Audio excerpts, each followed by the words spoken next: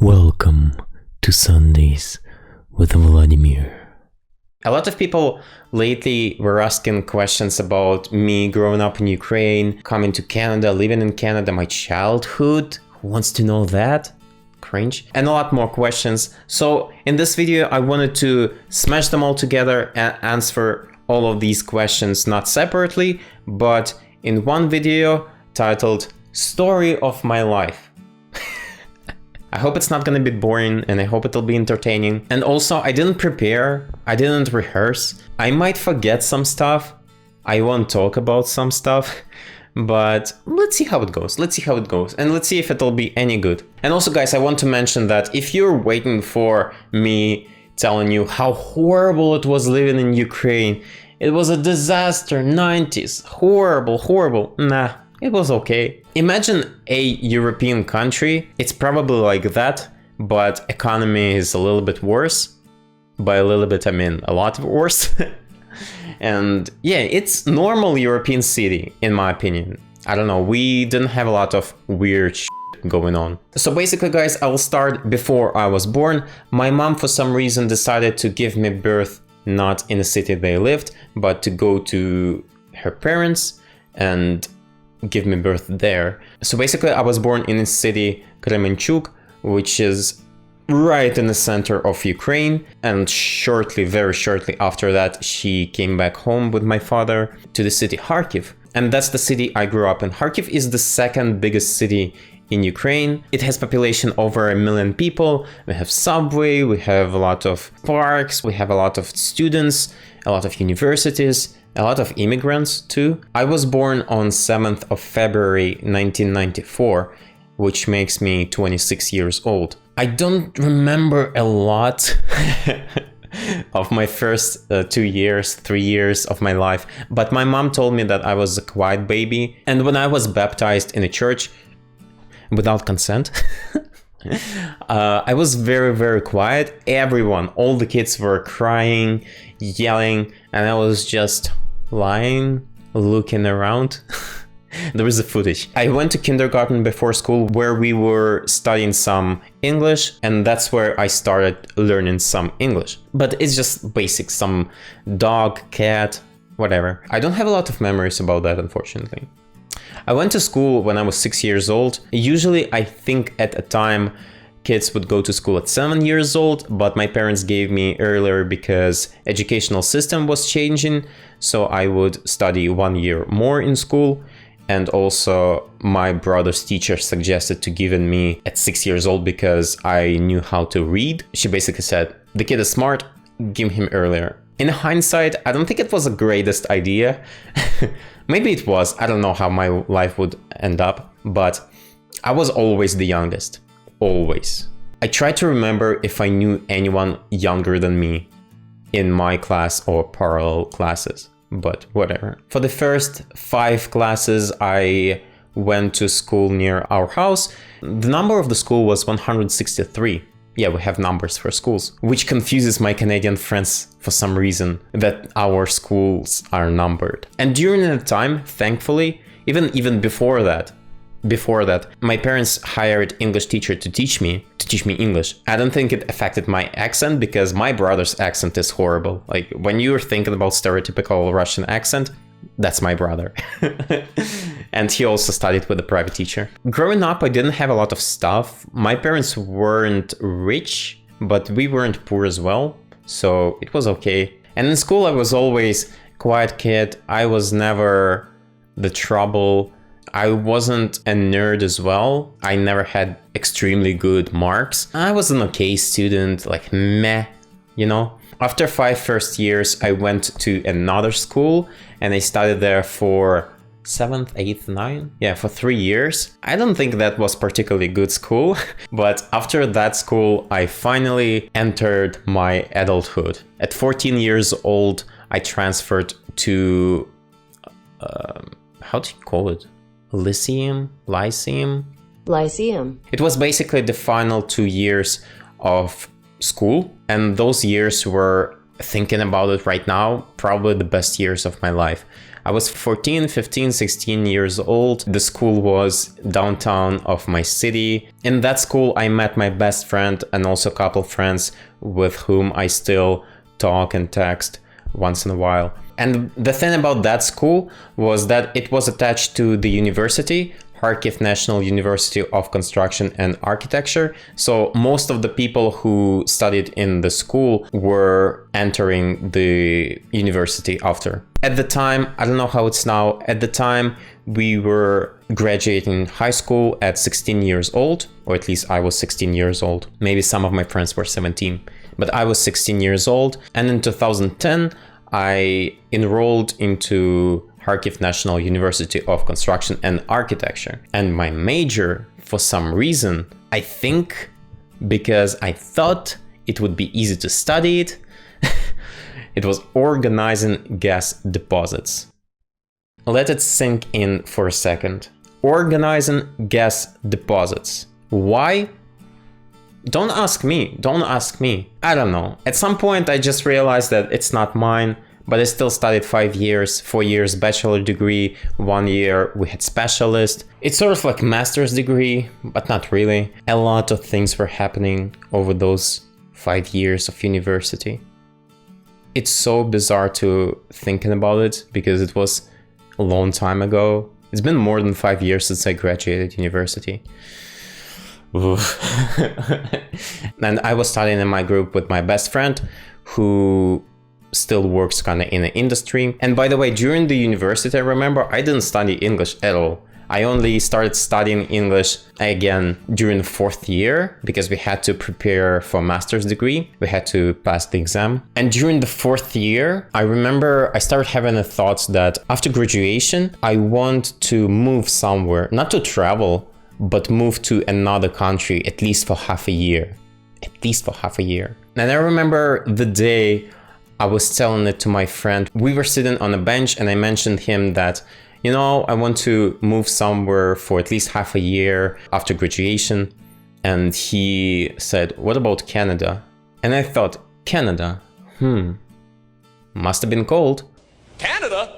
Wow. Must have been cold. No. I didn't know a lot about Canada. I think in one of the videos I mentioned that everything I knew about Canada came from How I Met Your Mother. I mean, from the geography classes, I knew that Canada is the 2nd biggest country in the world and where it is, but I didn't know a lot about Canada. And by a lot, I mean nothing at all. I learned a little bit more about Canada after watching How I Met Your Mother. Even though in the show, people make fun of Canada, I kind of could understand that it's all exaggeration and it's just for the sake of comedy. And that's how I learned a little bit, tiny bit about Canada. And also going to a different country, it's not that easy. It's not like that. It's very expensive. And my parents weren't rich. They're still not rich. They're not poor, but we're not rich. And basically I had to find a way how to go to another country by myself. I remember I went to a seminar of this agency. I remember vividly how we were given brochures and basically they said the only way is to go to the college or university. And then we opened them, brochures, and it's like prices. Holy shit. One semester is $6,500 Canadian dollars. Immediately after that, I forgot about going to another country forever. No. After that, actually, I started researching a lot about other countries and how to move somewhere. It was still during the 5th year of university in 2014, 14. And I ended up on 2 options, Canada and New Zealand. Yeah, I was considering going to New Zealand, but since Canada is like 8,000 kilometers from my home, New Zealand is like all 12 or 13, 14, I don't know, 1,000 kilometers. And plus it was more expensive going to New Zealand than Canada. And my dad also told me that he actually has some acquaintances in Canada, and it helped me decide that I wanted to go to Canada. And I started researching a lot on the internet, and I found a way how to come to Canada. I applied on my own twice for visitor visa, for study visa. I was rejected. So I went to the agency that told us that the only option is to apply to university. I told them that here, I found a way, I applied and I was rejected, and can I get visa with my plan? And they told me, yes, this is a good option, but here what you did wrong. And they pointed out the moments that were wrong. So when I applied to go to Canada for the first time with them, I was approved for 14 months. And I think I got visa before I graduated, maybe after. So, but basically I graduated university in 2015, summer 2015. And in September, 9th of September 2015, I landed in Canada, in Toronto. So yeah, basically the first time I came to Canada, I was 21 years old. I had some help, but I was basically on my own. I had to survive. So during the first period I had visa, I went to a language center. I was improving my English. It was okay before I came to Canada, but my English definitely improved when I came to Canada. I think there is no doubt that if you want to learn a language, you need to go dive into the culture, right? I studied English at night. I had evening classes Monday to Friday from 5:30 to 10:30, I think. And during the days, I worked in construction. The first my job was railings. If you don't know, here's the picture. And after that, I was working in renovations, basically doing drywall, painting, plastering, caulking, installations, trimming, tiling, and everything in between. I learned a lot. A lot of skills. And my first 14 months in Canada were great and awful at the same time. There was so much. I can't even mention a lot of those things. I had even a job where I was kind of like cleaning for a guy who was in a wheelchair, and he would do like inappropriate comments when I would come, but I was naive. I didn't think about anything like that. And the last time I came, he said like, "Can you take off your shirt?" And I'm like, oh my God. And you guys know that one of my bosses didn't pay me $4,000. $4,000! $4,000! $4,000 Canadian. But it's a lot. And it's not even the worst thing. I just want to forget that period. That was crazy. But basically after the first period of Canada, I went back home because my visa expired. I went home for half a year. And when I first time came to Canada, some of my friends told me that I could stay here after going to university and get a master's degree. And people who get master's degree, they get permanent residency right away. So I wanted to apply to some engineering program, and I was choosing some engineering programs, but after some thoughts, I decided to study filmmaking.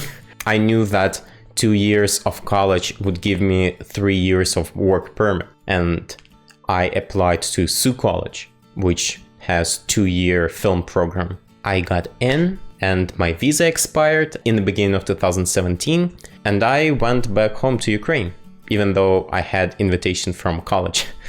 In Ukraine, during that period, I found a job. I worked for $200 a month. Yeah, guys, $200 a month. $200 a month. And you know what? My first job when I was, how old I was? 19, 20. I know it's late, but I was 19 years old, I think. I was working in the call center. Horrible job. To the day, it's the worst job. Mentally, that was the worst job. The worst. And I was get this. Come closer. Get this. 50 Are you listening closer? 50 cents an hour. 50 cents an hour. Ukrainian economic, very strong. I mean, right now it's probably gonna be more. And even at the time, that was bad money. Very, very low, very low. But I mean, that was kind of the job. And that was bad. That was bad. I don't know why I even worked there. It was horrible. So after I came back from Canada first time, I found a job. I was kind of like managing call center, which was great. I met a friend who I still kind of text once in a while with. And I applied for visa because I have invitation from the college. And I was rejected. Why? For some reason. Why? I had invitation from college in Canada and they rejected my visa. Okay. So I went to the agency again and I said, why the f*** I was rejected? They told me, here, why you're wrong? And I'm like, okay, I'm dumb. So I applied again, I got the visa and I flew back to Canada in July 2017. July 2017. And I flew all the way to Sault Ste. Marie, which is Northern Ontario city, or how cool kids call it, the Soo. I came here in July. I found a job in, was it July or August? So yeah, I started working in the grocery store, in the produce department at Metro, and I worked there for 2 years. So yeah, Soo College, film program, a digital film production. In the beginning, I very enjoyed editing, I enjoyed writing, but during the first semester, every single person had to direct their own short film with no dialogue. So I made my first short film and I loved it. That was incredible. It was so good. In hindsight, I think the film is lacking some, especially like some technical stuff. It's just one actor. It's like whatever, right? But I really enjoyed directing. And after that, how my program works, in our short film classes, we had to group up and we had to director, editor, cinematographer, sometimes maybe production assistant or someone else, I don't know. And basically after that, every time I pitched my idea and my teacher would choose me and I would direct my own short films. And in a span of 2 years, I directed 5 short films and I won a couple awards with my short films. And honestly, guys, I love directing. I love writing. I love editing. I love filmmaking, period. If I didn't start YouTube, I probably would be shooting. I bought this camera to shoot short films. It's just, I decided, well, if I have camera right now, I can shoot some videos and I can upload them on YouTube and do some silly stuff, have fun. And here it is. After 3 months, I start my channel. I have 19,000 subscribers. Who would have known? And when I came back to the Soo for the second year of the college, I was working on 2 feature films during the second year, like small budget Canadian feature films. And after that, I worked on a Hallmark movie during the summer. That was great. I worked in art department, which probably not gonna be that exciting for you, but it was great, kind of like seeing all the gears of filmmaking behind the camera. I loved it. And after that, I came back to Toronto. I tried to find a job in the film industry there. I found a couple here and there. And then 2020 happened. A lot of people probably had it worse than me, but I remember I rented a room. I didn't think that I would stay there all days long. It was a room in a basement with no windows. A small room. But it was close to downtown Toronto. For people who might know, it was a little bit to the west of Chinatown, like 5 minutes walk, 10 minutes walk. So very close to downtown. You know, at the time it was scary to walk in outside the house. And I literally spent some days without going outside and seeing daylight at all because I didn't have windows in my room. I would just stay there. Yeah, guys, that was horrible. That was so bad. I can't even imagine right now when I'm trying to remember that. So bad. Anyway, after 2-3 months of that torture, my friends asked me if I can do a renovation for them, so I did a bathroom for them. And after that, I decided to come here to the Soo in July Thankfully, one of my friends were driving here and they gave me a ride. And guys, it's great here. I live at my friend's house. There is a nice backyard here. I can go anywhere. There are no cases here at all. Almost none. But it's still very strict here. Don't think that we don't follow rules. And basically, you know that my first video I uploaded on September 18th of 2020. So a little bit less than 3 months ago. Right? And after that, I've been breathing and living and living and living, doing making YouTube videos every single day, every day. But it's been great, guys. It's been so great. I love it so much. And hopefully I learned already how to deal with some bad things that come with having a YouTube channel. And guys, I don't remember when was the last time I appreciated every single one of you, but thank you so much. Without you, I wouldn't be here. Without you, I wouldn't be doing what I like to do. Maybe I would, but imagine if no one would watch my videos for 3 months. I probably would stop doing them. I don't know, but thank you so much. And yeah, I guess that's it.